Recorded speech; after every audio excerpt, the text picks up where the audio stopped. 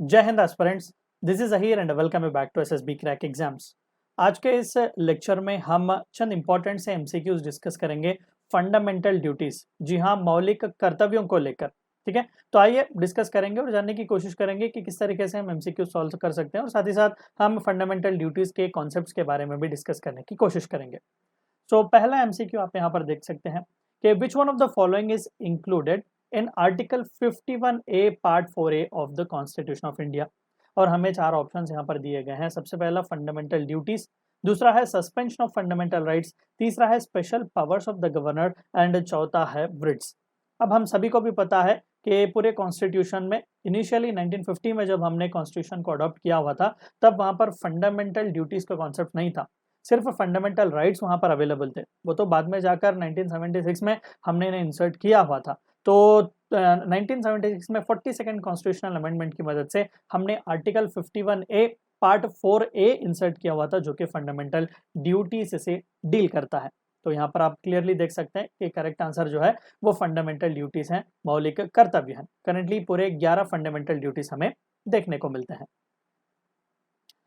Next MCQ यहाँ पर हमें पूछा जा रहा है कि which one among the following committees recommended the legal provisions for the implementation of some of fundamental duties। अगर आपको पता हो तो आप जानते होंगे कि फंडामेंटल ड्यूटीज है, जो मौलिक कर्तव्य हैं, वो नॉन जस्टिसेबल इन नेचर है। देखिए, दो वर्ड्स आप पहले समझने की कोशिश कीजिएगा। पहले जस्टिसेबल इन नेचर, दूसरा non justiciable in nature. Justiciable in nature क्या होता है? यानी कि उनका उल्लंघन होने पर आप सीधा सुप्रीम कोर्ट जा सकते हैं, यानी कि जुडिशरी आपको वो अधिकार गारंटी देता है। ठीक है, कॉन्स्टिट्यूशन तो गारंटी देता है, लेकिन उसे फुलफिल करने में जुडिशरी आपकी मदद करता है, जैसा कि फंडामेंटल राइट्स हो गया। लेकिन ना directive principles of state policies हो गया, फिर दूसरे कोई भी इंपॉर्टेंट से प्रावधान आप ज्यादातर ले लीजिएगा, वो नॉन जस्टिसेबल ही होते हैं, यानी कि उनके उल्लंघन होने पर आप नहीं जा सकते कोर्ट कचहरी उन्हें फुलफिल करने के लिए। तो सिमिलरली फंडामेंटल ड्यूटीज का कॉन्सेप्ट भी जो है वो नॉन जस्टिसेबल इन नेचर है, यानी कि अगर कोई सिटीजन उन्हें फॉलो नहीं कर रहा है तो आप उसे लेकर कोर्ट नहीं जा सकते। तो फिर आप पूछ सकते हैं कि पूरी मौकरी किस लिए? 11 फंडामेंटल ड्यूटीज हमने इंसर्ट किए, नॉन जस्टिसेबल है, तो फिर भाई बात क्या हुई? फॉलो ही क्यों करेंगे लोग? तो देखिए, यहाँ पर इसीलिए हुआ क्या कि 1999 में वर्मा कमेटी बिठाया गया था, वर्मा कमेटी बिठाई गई थी यही जानकारी करने के लिए कि फंडामेंटल ड्यूटीज के चंद लीगल प्रोविजंस आप फाइंड आउट कीजिएगा। सो दिए हुए क्वेश्चन का आंसर दरअसल वर्मा कमेटी है। ठीक है, सो वर्मा कमेटी ने पूरी तशवीश की और उन्होंने चंद लीगल प्रोविजंस फाइंड आउट किए कि भाई अगर फंडामेंटल ड्यूटीज को फुलफिल नहीं किया जा सकता है तो अलग अलग प्रावधान, अलग अलग आईपीसी के सेक्शंस वगैरह के तहत उन्हें कैसे पिनलाइज किया जा सकता है, जैसे कि insult to national honours act 1971 हो गया, वाइल्ड लाइफ प्रोटेक्शन एक्ट हो गया। तो ऐसे अलग अलग ऐसे प्रावधान उन्होंने फाइंड आउट किए हुए थे, जिसके तहत हम उन लोगों को पनिश कर सकते हैं जो फंडामेंटल ड्यूटीज को नहीं निभाएंगे। सो सी इज द राइट आंसर। बाकी के भी अगर आप यहाँ पर कमिटीज देखेंगे तो बहुत ही इंपॉर्टेंट है। सरदार स्वर्ण सिंह कमेटी ने ही फंडामेंटल ड्यूटीज का इंसर्ट करने का रिकमेंडेशन दिया हुआ था 1976 में। ठक्कर कमेटी जो थी वो श्रीमती इंदिरा गांधी जी के असैसिनेशन को प्रोब करने के लिए बिठाई गई थी 1985 में। और अयंगर कमेटी जो था वो पेटेंट लॉ को रिव्यू करने के लिए बिठाया गया था 1959। Which among the following is not a fundamental duty of a citizen? मौलिक कर्तव्य एक नागरिक का नहीं है। देखिए, 11 मौलिक कर्तव्य है, बहुत ही इंपॉर्टेंट है, एक बार ध्यान से देख लें, बाय हार्ट भी कर लें। Respect for the constitution, absolutely right, ये तो पहला मौलिक कर्तव्य है। Respect for the national flag, ये भी पहला मौलिक कर्तव्य है। Respect for the national anthem, दरअसल ये तीनों पहले मौलिक कर्तव्य के ही पार्ट हैं। आर्टिकल 51A सबसेक्शन ए के सभी हिस्सा हैं, और जो हिस्सा नहीं है it is respect for the government. ठीक है, अगर कोई सरकार को क्रिटिसाइज कर रहा है तो वो anti Indian ever anti national नहीं हो जाएगा। ठीक है, तो सरकार को रिस्पेक्ट करना ये मौलिक अधिकार, मौलिक कर्तव्यों में से एक नहीं है। नेक्स्ट क्वेश्चन हमें यहाँ पर पूछा जा रहा है, which among the following were inserted in the constitution of India on recommendation of स्वर्ण सिंह कमेटी? तो बहुत ही आसान है, हमने ऑलरेडी भी डिस्कस किया। Fundamental rights, directive principles of state policy, fundamental duties, या फिर 12th शेड्यूल। 11th और 12th शेड्यूल, 11th शेड्यूल में तो हम पंचायती राज इंस्टीट्यूशंस के बारे में बात करते हैं और 12th शेड्यूल में हम म्यूनिसिपैलिटीज के बारे में बात करते हैं। तो सरदार स्वर्ण जी की कमेटी के रिकमेंडेशंस पर 1976 में 10 फंडामेंटल ड्यूटीज को हमने इंसर्ट किया हुआ था। सो सी इज द राइट आंसर, और उस वक्त प्रधानमंत्री श्रीमती इंदिरा गांधी जी थे। क्वेश्चन हमें दिया गया है कि safeguarding the public property, developing scientific temper and promoting cultural harmony comes under which of the following?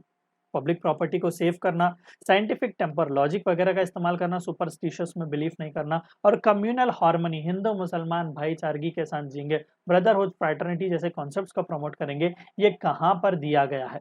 सबसे पहला फंडामेंटल राइट्स, दूसरा directive principles of state policy, तीसरा फंडामेंटल ड्यूटीज, या फिर नन ऑफ द अबव?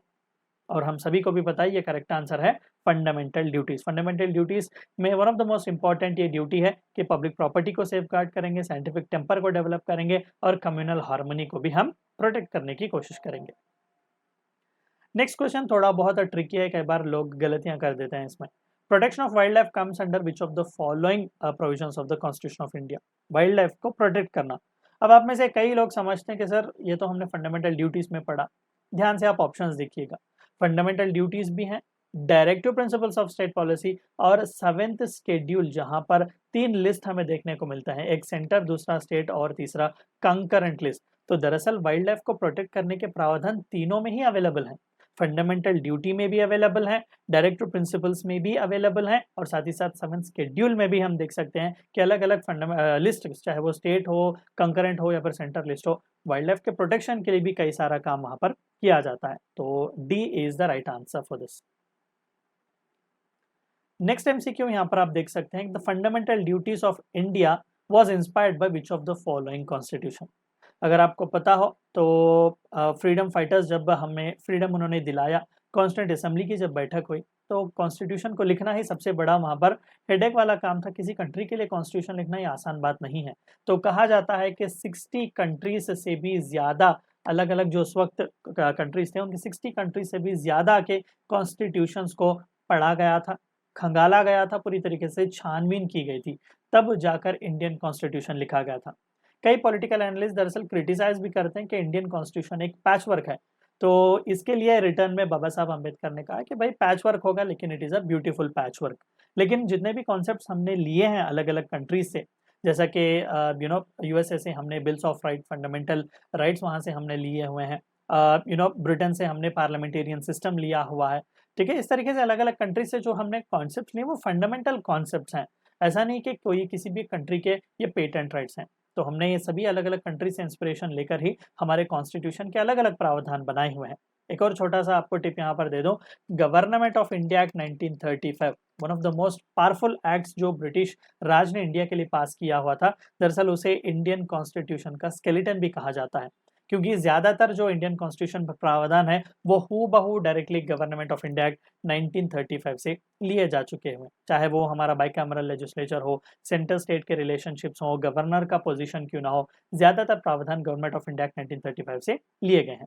तो fundamental duties हमें inspiration कहाँ से मिली? शायद क्या वो अर्स्टवाइल सोवियत यूनियन था, स्विट्जरलैंड था, जापान था, या फिर चाइना था? And the correct answer is actually erstwhile Soviet union, जो कि आज रशिया हम देख रहे हैं। तो उस वक्त सोवियत यूनियन से इंस्पायर होकर हमने फंडामेंटल ड्यूटीज का कॉन्सेप्ट इंसर्ट किया हुआ है। ध्यान से पढ़ते हैं। Provide opportunity for education to one's child और ward between the age of 6 and 14 years. देखिए, अब में से कई लोगों को पता है कि सर ये तो फंडामेंटल राइट है अंडर आर्टिकल 21A। दरअसल इसी अमेंडमेंट की मदद से इसे एक फंडामेंटल राइट तो बनाया गया, लेकिन साथ ही साथ एक फंडामेंटल ड्यूटी भी ऐड की गई थी। हर एक पेरेंट, हर एक गार्डियन जो 6 से 14 साल के बच्चों का केयर ले रहा है, उस पर यह फंडामेंटल ड्यूटी रखी गई है कि वो अपने 6 से 14 साल के बच्चों को एजुकेशन प्रोवाइड करें, एजुकेशन अपॉर्चुनिटी प्रोवाइड करें। सरकार यूनिवर्सल प्राइमरी एजुकेशन का राइट उन बच्चों को प्रोवाइड करता है। तो वो फंडामेंटल राइट और फंडामेंटल ड्यूटी खासकर किस अमेंडमेंट के द्वारा इंट्रोड्यूस किए गए थे? 84th constitutional amendment act 2002, 85th constitutional amendment act 2002, 86th Constitutional Amendment Act 2002 and 87th Constitutional Amendment Act 2002, and the correct answer is actually Atal Bihari Vajpayee साहब उस वक्त प्राइम मिनिस्टर थे। तो 86th Constitutional Amendment Act 2002 के तहत ये फंडामेंटल ड्यूटी ऐड की गई थी। The 11th fundamental duty was added. 2002 से पहले सिर्फ 10 ही फंडामेंटल ड्यूटीज हमारे पास अवेलेबल थे। Which of the following constitution is known as, which of the following is also known as mini constitution? हद से ज्यादा अमेंडमेंट्स यहाँ पर लाने की कोशिश की गई थी। सो बिकॉज ऑफ दैट उस अमेंडमेंट को दरअसल मिनी कॉन्स्टिट्यूशन भी कहा जाता है। इवन प्रियम्बल ऑफ इंडिया में भी कई सारे चेंजेस किए गए थे, सोशलिस्ट, सेक्युलर जैसे वर्ड्स लाए गए थे। ठीक है, इंटीग्रिटी जैसे वर्ड्स को यहाँ पर इंट्रोड्यूस किया जा चुका हुआ था। So 42nd amendment act, 43rd amendment act, 44th amendment act या फिर 45th amendment act, Shrimati Indira Gandhi ji उस वक्त प्राइम मिनिस्टर थी और उन्हीं के लीडरशिप में 42nd constitutional amendment act of 1976 को इंट्रोड्यूस किया गया था। कई सारे प्रावधान वहां पर चेंज किए गए थे। तो नो डाउट उस 42nd कॉन्स्टिट्यूशनल अमेंडमेंट एक्ट को हम मिनी कॉन्स्टिट्यूशन की तरह भी देखते हैं। नेक्स्ट एमसीक्यू यहाँ पर हमसे पूछा जा रहा है, which among the following was not a part of original constitution of India adopted in 1950। देखिए मैं अगेन यहाँ पर छोटा सा आपको टिप बता दूं, 1949 नवंबर 26 दरअसल हमारा संविधान ऑलरेडी बन चुका हुआ था, लेकिन हमने अभी पूरी तरीके से उसे अडॉप्ट नहीं किया हुआ था। पर्पस क्या था कि 1930 जनवरी 26 को हमने पूर्ण स्वराज डे की तरह सेलिब्रेट किया हुआ था। सो हमारे लिए ये डे बहुत ही इमोशनल था। तो जो कि कॉन्स्टिट्यूशन हमारा ऑलरेडी 1949 में बन चुका हुआ था, लेकिन कपल ऑफ मंथ्स ही बचे हुए थे, तो हमने रोका और जनवरी 26 1950 को हमने पूरे कॉन्स्टिट्यूशन को अडॉप्ट किया।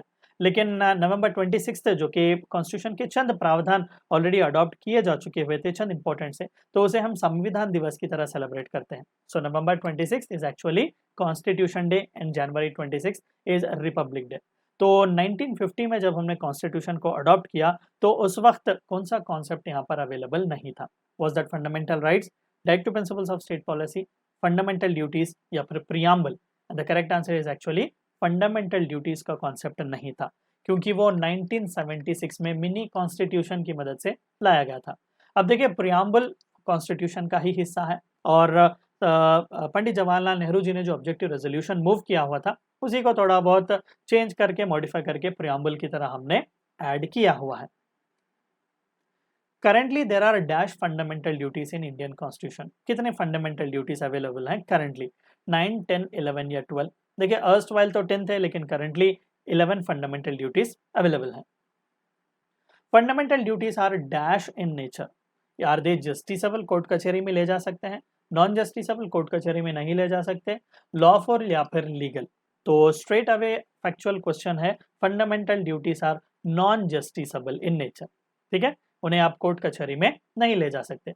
लेकिन सर अभी आपने बताया ना कि अलग अलग पिनलाइजिंग सेक्शंस अवेलेबल है, अलग अलग एक्ट्स के तहत हम उन्हें पिनलाइज कर सकते हैं।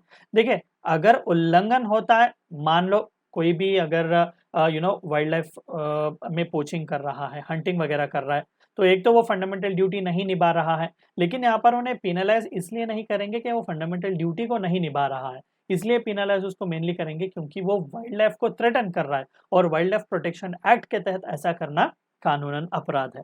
सो बहुत ही डिफरेंस है lawful, legal, justiciable and non justiciable में। So fundamental duties are non justiciable nature. और वर्मा कमेटी को बिठाया गया था लीगल प्रोविजंस फाइंड आउट करने के लिए कि अगर इनका उल्लंघन होता है तो हम कैसे पेनलाइज कर सकते हैं। According to Indian constitution which of the following is not a fundamental duty? 11 के 11 ड्यूटीज आपको याद करने पड़ेंगे, बहुत ही इंपॉर्टेंट है। To abide by the constitution and respect its ideals, to promote the spirit of brotherhood, to vote in public elections, to follow the ideals of freedom fighters. तो कहीं पर भी to vote in public elections यहाँ पर fundamental duty नहीं है। अब छोटा सा यहाँ पर कंट्रोवर्सी भी आप देख लें, ये चौथा जो follow the ideals of freedom fighters हैं थोड़ा बहुत कंट्रोवर्शियल है। कई सारे पॉलिटिकल एनालिस्ट का मानना है कि ये बहुत ही वेग स्टेटमेंट है, और बिल्कुल भी वेग स्टेटमेंट है। क्यों? क्योंकि आज हम फ्री इंडिया में रह रहे हैं, फंडामेंटल फ्रीडम फाइटर्स के आइडियल्स को फॉलो करो। गांधी जी के अहिंसावादी को तो हम फॉलो कर सकते हैं, वही भगत सिंह या फिर सुभाष चंद्र बोस ने जो आइडियल्स फॉलो किए, क्या हम आज के ज़माने में उन्हें फॉलो कर सकते हैं? मान लो कल को सरकार ने कोई एक लॉ पास नहीं किया, तो क्या पार्लियामेंट में जाके हम बॉम्ब डाल सकते हैं?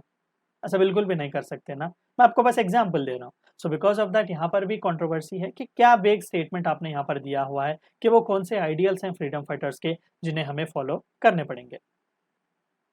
11th duty was added through 11th fundamental duty, जो कि यूनिवर्सल प्राइमरी एजुकेशन प्रोवाइड करने का, 6 से 14 साल के बच्चों को प्राइमरी एजुकेशन देने की जो फंडामेंटल ड्यूटी है, वो किस अमेंडमेंट के तहत ऐड की गई थी? Is that 84th, 85th, 86th या 87th? And the correct answer is 86th constitutional amendment act of 2002।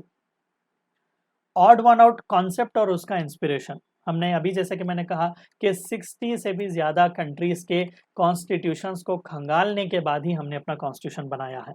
तो preamble no doubt United States of America से इंस्पिरेशन हमने लिया हुआ है।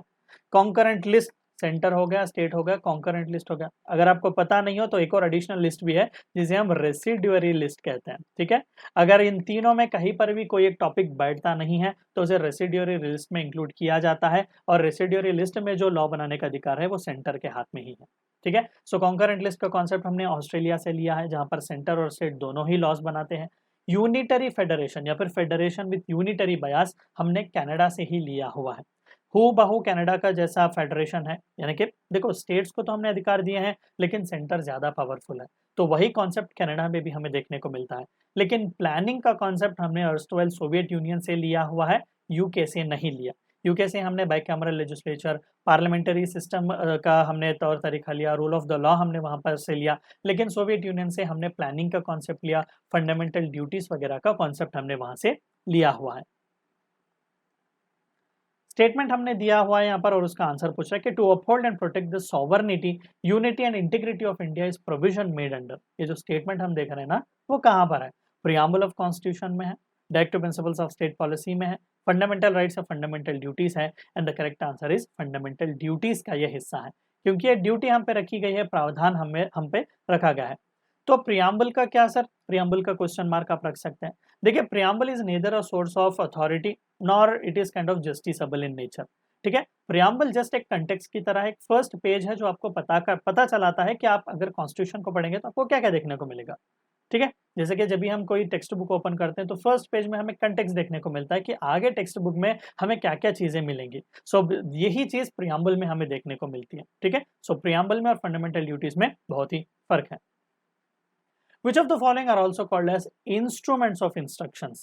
Instructions के लिए instruments इन्हें कहा जाता है। Fundamental rights, Directive Principles of State Policy, Fundamental Duties या Preamble। अब देखिए, दिए गए हुए ऑप्शंस में से directive principles of state policies ही ऐसे हैं जो इंस्ट्रक्शन ऑफ इंस्ट्रूमेंट्स की तरह ऐड करते हैं। अब देखिए, फंडामेंटल ड्यूटीज जो है उन्हें लिमिट करता है। दरअसल फंडामेंटल राइट्स जो है वो सरकार को लिमिट करता है, वो उन्हें चंद लिमिट को क्रॉस करने नहीं देता। They are like negative injunctions, and similarly directive principles जो है वो पॉजिटिव इंजंक्शंस हैं, यानी कि वो आपको बताते हैं कि भाई आगे बढ़ो, चीजें और भी ज्यादा देने की कोशिश करो, ठीक है। So directive principles of state policies are called as instruments of instructions. Which of the following is not a fundamental duty? To protect monuments and places of national importance? Absolutely right. To protect and improve the natural environment? To safeguard public property? To respect the national anthem? And the correct answer is to protect monument and places of national importance. दरअसल ये fundamental duty का हिस्सा नहीं है, ये directive principles of state policy का हिस्सा है, ठीक है। पब्लिक प्रॉपर्टी को सेफगार्ड करेंगे ये तो दिया गया है, लेकिन specifically monuments and places of national importance को बचाने की कोशिश करेंगे, ये फंडामेंटल ड्यूटीज का हिस्सा नहीं, ये directive principles of state policy का हिस्सा है। Strive for excellency is part of, किसी भी फील्ड में आप क्यों ना हो, भले ही आप स्टूडेंट हैं, मेहनत करके पढ़ेंगे, अच्छे से अच्छे मार्क लाएंगे, यानी कि आप अपने फील्ड में स्ट्राइव करेंगे एक्सेलेंसी के लिए। मैं एक टीचर हूँ, अच्छे से अच्छा मुझे स्टूडेंट्स को पढ़ाना है, मैं एक्सेलेंसी के लिए स्ट्राइव करूंगा। कोई एक स्पोर्ट्स पर्सन है, वो मेहनत कर रहा है, गोल्ड मेडल आया, ओलंपिक्स में जाएगा, ओलंपिक्स में भी कम्पीट करेगा। सो स्ट्राइव करना चाहिए एक्सेलेंसी के लिए। ये किस पार्ट का प्रावधान है? Fundamental rights, directive principles of state policy, fundamental duties या फिर preamble? And the correct answer is fundamental duties. Fundamental duty मौलिक कर्तव्य है हम सभी सिटीजन्स पर कि हम जिस किसी भी फील्ड में क्यों ना हो वहां पर एक्सेलेंसी के लिए हम स्ट्राइव करेंगे। Fundamental duty for all parents और guardians to send their children in age group of dash to the school. अभी हमने देखा ना, fundamental duty 11th fundamental duty through 86th constitutional amendment act 2002 pass की गई थी, तो वो कौन से साल के बच्चों को स्कूल में छोड़ने के लिए कहता है? 4 to 14, 6 to 14, 4 to 13 या 6 to 15? And the correct answer is 6 to 14 years of age. Which among the following is part of fundamental duties? दिए गए हुए ऑप्शंस में से कौन सा पार्ट है? Develop a logical temper, develop a scientific temper, develop a supernatural temper, develop a short temper. So the correct answer is actually develop a scientific temper. हर चीज को हम सुपरस्टिशियस में बिलीव नहीं करेंगे। मॉडर्न जो चीज़ें हैं, ज़्यादातर साइंस वगैरह का, लॉजिक वगैरह का इस्तेमाल हम ज़्यादातर इस्तेमाल करेंगे। तो डेवलप अ साइंटिफिक टेम्पर, हर चीज़ को हम साइंस के मद्देनज़र रख के ही उसे क्वेश्चन करेंगे, फैक्चुअली लॉजिकली क्या चीज़ है जांच पड़ताल करने के बाद ही हम उसे फॉलो करेंगे। Verma committee on fundamental duties gave its report in which year? अभी हमने देखा कि पेनलाइज करने के लिए क्या क्या प्रावधान है भाई, वो तो बताओ, या फिर बस नाम के लिए हमने 11 फंडामेंटल ड्यूटीज इंसर्ट किए गए हैं और कोई भी उसे फॉलो ही नहीं कर रहा है। सो 1994, 1995, 1998 या 1999, and the correct answer is Verma committee जो थी वो बिठाई गई थी 1999 में, और उस वक्त भी प्रधानमंत्री अटल बिहारी वाजपेयी साहब थे। एक स्टेटमेंट हमें दिया गया है और पूछ रहा है ये कि स्टेटमेंट किसने दिया हुआ है। So who said that the moral value of fundamental duties would be not to smoother rights but to establish a democratic balance by making the people conscious of their duties equally as they are conscious of their rights? सिर्फ मौलिक अधिकार पूछना काफी नहीं है, मौलिक कर्तव्य भी तो हमें पूरे करने हैं। सिर्फ राइट्स मिलेंगे और ड्यूटीज हम पूरे नहीं करेंगे, ये तो माफी चाहता हूं लेकिन देश से दगाबाजी होगी। ठीक है, सिटीजन्स होने के नाते जो स्टेट ने हमें अधिकार दिए हैं वो अच्छी बात है, लेकिन साथ ही साथ स्टेट को हम क्या दे रहे हैं? स्टेट के लिए भी, नेशन के लिए भी तो जरूरी है ना कि हम कुछ ना कुछ ड्यूटीज फुलफिल करें। ठीक है, सो मेन पर्पस यही था फंडामेंटल ड्यूटीज का। वो कहीं पर भी फंडामेंटल राइट्स को कम करना या फिर उसे स्मूथर करना नहीं था, बल्कि लोगों में ये जागरूकता लाना था, कॉन्शियसनेस लाना था कि भाई देखो, जितना तुम्हें फंडामेंटल राइट्स दिए गए और जितने फंडामेंटल राइट्स तुम्हारे लिए प्यारे हैं उतनी ही फंडामेंटल ड्यूटीज भी, और बिना ड्यूटीज के आप राइट्स को क्लेम करना ये सही नहीं होगा। सो ये स्टेटमेंट बहुत ही फेमस स्टेटमेंट है और ये श्रीमती इंदिरा गांधी जी ने दिया हुआ था। Remember that B is the right answer. और 1976 में सरदार स्वरण सिंह जी की कमेटी के रिकमेंडेशन पर श्रीमती इंदिरा गांधी जी ने ही 10 फंडामेंटल ड्यूटीज को इंसर्ट करवाया हुआ था। Duties like casting vote, vote मतदान देना, पेइंग टैक्सेस, अपने टैक्स टाइम पर भरना, और family planning are not included in fundamental duties, are included in fundamental duties. They have been recommended by Sardar Swaran Singh committee and they have not been recommended by Sardar Swaran Singh committee. किसी और झमेले में मत पड़िएगा, directly एक ही answer लिखो इसका, they are not included fundamental duties. कहां पर हमने देखा फंडामेंटल ड्यूटीज में है क्या? Casting vote, paying taxes, family planning वगैरह। सो ये कहीं पर भी हमने नहीं देखा। एक और छोटा सा यहाँ पर आपको टिप बताता जाऊं कि वोट को कास्ट करना मैंडेटरी रखने की बात की गई थी जब कॉन्स्टिट्यूंट असेंबली के डिबेट्स चल रहे थे, और आप सरप्राइज होंगे जानकर कि Baba Saheb Ambedkar had been one of the most important person who had been vocal against that. ठीक है, कॉन्स्टिट्यूंट असेंबली में ये जोरों शोरों से ये बात लाई गई थी कि कंपलसरी वोट देना ये मैंडेटरी रखिएगा, कॉन्स्टिट्यूशन में इस प्रावधान को लाइएगा। लेकिन बाबा साहब अम्बेडकर जानते थे कि लोगों में अभी इस तरीके की मेच्योरिटी आई नहीं थी। उस जमाने में लोग जानते नहीं थे अपने अधिकार क्या थे, अपने कर्तव्य क्या थे, और उस वक्त यूनिवर्सल अडल्ट फ्रेंचाइजी हमने दी हुई थी, तो आसानी से कहीं पर भी उसका गलत इस्तेमाल ना किया जाए, या फिर लोगों में पहले हम जागरूकता लाने की कोशिश करें कि जो मतदान का पावर उन्हें दिया जा रहा है वो कितना पावरफुल है, तब जाकर हम ऐसे कॉन्सेप्ट्स को ला सकते हैं। सो कास्टिंग वोट जो था वो मैंडेटरी नहीं रखने की वजह Baba Saheb Ambedkar can be one of the most important reason. Dash was India's longest serving union cabinet minister. ये बहुत ही ट्रिकी सा क्वेश्चन। मोरारजी देसाई, गुलजारी लाल नंदा, सरदार स्वरण सिंह या फिर जेबी दत्त। अब देखिए, सच बताएं तो वैसे तो बाबू जगजीवन राम जी का नाम यहाँ पर आता है। 30 साल से भी ज़्यादा आसपास उन्होंने कार्यकाल किया, लेकिन यहाँ पर उनसे भी ज़्यादा आप कह सकते हैं सरदार स्वरण जी का नाम, क्योंकि कंटिन्यूस एक बहुत ही लंबे स्ट्रीक टाइम फ्रेम तक उन्होंने अपना पोजीशन रखा हुआ था, अलग अलग पोर्टफोलियोज, और वो भी कंटिन्यूस टाइम फ्रेम तक उन्होंने रखा हुआ था। तो नो डाउट ये श्रेय जो है लॉन्गेस्ट सर्विंग यूनियन कैबिनेट मंत्री का वो सरदार स्वरण सिंह जी को ही जाता है। आप यहाँ पर देख सकते हैं कि 1952 से लेकर 1976 तक भी कॉन्स्टेंटली वो यूनियन कैबिनेट में सर्व करते ही आए हैं, और 1976 में सरदार स्वरण सिंह जी की रिकमेंडेशन पर ही 10 फंडामेंटल ड्यूटीज को इंसर्ट किया जा चुका हुआ था। तो ये चंद एमसीक्यूज थे जो फंडामेंटल ड्यूटीज में आपके साथ में डिस्कस करना चाहता था। So meet you next time, until then stay healthy, stay safe. Thank you for watching my lecture. Jai Hind. अगर आप एक डिफेंस एस्पिरेंट हैं और SSB interview, NDA, CDS, AFCAT जैसे एग्जाम्स के लिए प्रिपेयर कर रहे हैं, तो आप एसएसबी क्रैक एग्जाम्स के कोर्स को चेक करना ना भूलें। आप हमारी लर्निंग एप्लीकेशन को गूगल प्ले स्टोर से भी डाउनलोड कर सकते हैं।